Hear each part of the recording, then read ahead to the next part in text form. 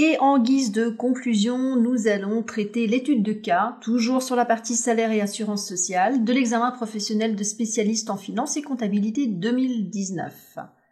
Le problème 1 vaut 11 points.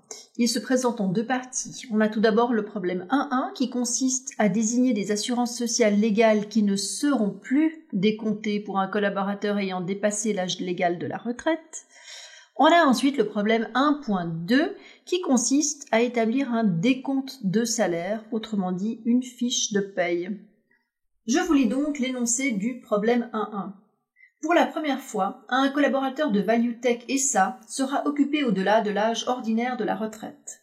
Indiquez à la collaboratrice chargée de la comptabilité des salaires quelles sont les assurances sociales légales qui ne doivent plus être décomptées pour le collaborateur ayant dépassé l'âge de la retraite. Le salaire mensuel s'élève à 6 500 francs. Alors on a tout d'abord l'assurance chômage. Je vous renvoie à l'article 2 de la loi sur l'assurance chômage qui dit ceci.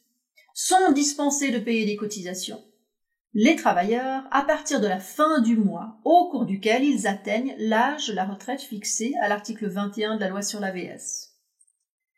On a une autre assurance sociale qui, en partie, ne sera plus appliquée, il s'agit de l'AVS, car il y a une franchise.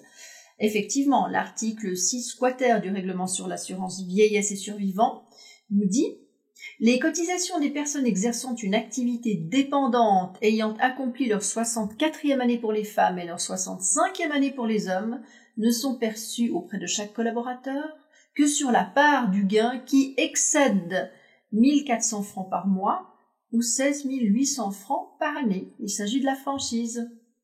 Et puis on a une autre assurance sociale qui ne fera plus l'objet d'une cotisation, en principe, sauf si une autre disposition du règlement LPP de l'entreprise dit le contraire, mais c'est effectivement la prévoyance professionnelle.